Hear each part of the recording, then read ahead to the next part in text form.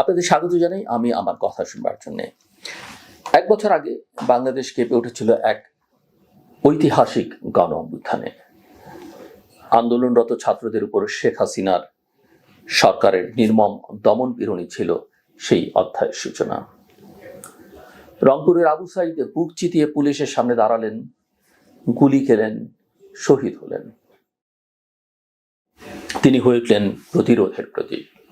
সেই সঙ্গে আরো প্রায় 1400 মানুষ প্রাণ দিলেন। তাদের আত্মত্যাগের বিনিময়ে শেখ হাসিনার দীর্ঘ 15 বছরের শাসনের পতন হলো। তিনি দেশ ছেড়ে ভারতে পালালেন, কিন্তু তিনি রেখে গেলেন এক ভাঙা, বিভক্ত এবং ক্ষুব্ধ বাংলাদেশ। তবে পতনের সঙ্গে সঙ্গেই বাতাসে ভেসে উঠেছিল নতুন আশার গন্ধ। তরুণ প্রজন্ম চেয়েছিল দুর্নীতিমুক্ত গণতন্ত্র, ন্যায়ভিত্তিক রাষ্ট্র, যেখানে আর কোনো একক নেতা বা পরিবার চিরকাল ক্ষমতায় বসে থাকবে না। সেই আকাঙ্ক্ষা থেকেই শান্তিতে নোবেলজয়ী ডক্টর মোহাম্মদ ইউনূসকে অন্তর্বর্তী সরকারের প্রধান করা হলো। আন্তর্জাতিক অঙ্গনে তিনি ছিলেন স্বীকৃত, দেশে তার ভাবমূর্তিও ছিল গ্রহণযোগ্য। তার ওপর ভরসা করেই ছাত্ররা, সাধারণ মানুষ ভেবেছিল বাংলাদেশ এবার নতুন পথে হাঁটবে। কিন্তু এক বছর পর এসে প্রশ্ন উঠছে, এই পথ কত দূরে গেলো? মানুষ কি সত্যিই সেই পরিবর্তন অনুভব করছে, নাকি কেবল কাগজে কলমে কিছু পরিকল্পনা, বাস্তবে যার অগ্রগতি অতি সামান্য? বাস্তবতা হলো, দেশের অর্থনীতি এখনো অস্থির।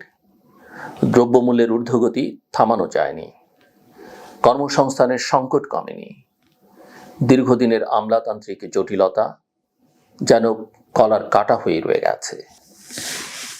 শেখ হাসিনার আমলে যেসব প্রতিষ্ঠান ক্ষমতাবানদের অনুগত যন্ত্রে পরিণত হয়েছিল, সেগুলোর সংস্কার হচ্ছে ধীর গতিতে। আইন শৃঙ্খলা বাহিনীকে কিছুটা নিয়ন্ত্রণে আনা গেলেও সংখ্যালঘুদের উপর সহিংসতা রোধে ব্যর্থতার অভিযোগ জোরালো। মানবাধিকার সংস্থাগুলো বলছে, সরকার এখনো প্রতিশোধ পরায়ণ মানসিকতা ছেড়ে ফেলতে পারেনি। ডক্টর ইউনূসের উদ্যোগে 11টি সংস্কার কমিশন গঠিত হয়েছে। বিচার বিভাগ, সংবিধান, নির্বাচন কমিশন, পুলিশ, প্রশাসন, দুর্নীতি দমন সবকিছুর জন্য আলাদা প্রস্তাবনা প্রস্তুত হয়েছে। কিন্তু সেসব কবে বাস্তবে রূপ নেবে তা এখনো অনিশ্চিত। এদিকে ছাত্রদের মধ্যে অস্থিরতা বাড়ছে। তারা দেখতে পাচ্ছে সেই কাঙ্ক্ষিত দ্রুত পরিবর্তনের কোনো লক্ষণ নেই। আবু সাইদের রক্তের দাম তারা চাইছে ন্যায় বিচারে, চাইছে নতুন রাজনৈতিক সংস্কৃতিতে। রাজনীতি এখন নতুন এক সন্ধিক্ষণে দাঁড়িয়ে। আওয়ামী লীগকে কার্যত নিষিদ্ধ, অর্থাৎ তার কার্যক্রম স্থগিত করা হয়েছে মানবতা বিরোধী অপরাধের দায়। বিএনপি আবার নির্বাচনের ময়দানে ফিরছে। লন্ডন থেকে নেতৃত্ব দিচ্ছেন তারেক রহমান।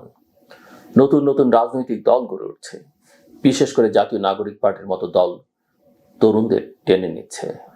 নাহিদ ইসলামের নেতৃত্বে এ দল এখন গ্রামীণ শহরাঞ্চলে প্রভাব বিস্তার করছে বলে অনেকে মনে করছেন, কিন্তু ভিন্ন ধারণাটাও প্রবলভাবে আছে, যেখানে ধারণা করা হচ্ছে এনসিপি একটা লস্ট কেসে পরিণত হয়েছে। দেশের জনসংখ্যার গড় বয়স মাত্র 26, অর্থাৎ তরুণ ভোটাররাই হবে ফেব্রুয়ারির নির্বাচনের মূল চালিকা শক্তি। তারা শেখ হাসিনার দীর্ঘ শাসন ছাড়া আর কিছুই দেখেনি, তাই তাদের আকাঙ্ক্ষাই ঠিক করবে বাংলাদেশ কোন পথে যাবে। কিন্তু পথটি মোটেই সহজ নয়। শেখ হাসিনা ভারতে বসে এখনো বিবৃতি দিচ্ছেন, আন্দোলনকে সহিংস ব্যাঘাত আখ্যা দিচ্ছেন। এর মধ্যেই ঢাকায় নতুন বিতর্ক সৃষ্টি হয়েছে রাষ্ট্রপতি শাহাবুদ্দিনের ছবি নামানো নিয়ে। অনেকেই বলছেন এটা প্রতীকী এক ক্ষমতার লড়াই, আবার অনেকে মনে করছেন এটি কেবল প্রশাসনিক বিভ্রান্তি। বিদেশি মিশনগুলোতেও এমন নির্দেশনা দেওয়া হয়েছে, এতে মানুষের মধ্যে আরো বিভ্রান্তি বেড়েছে।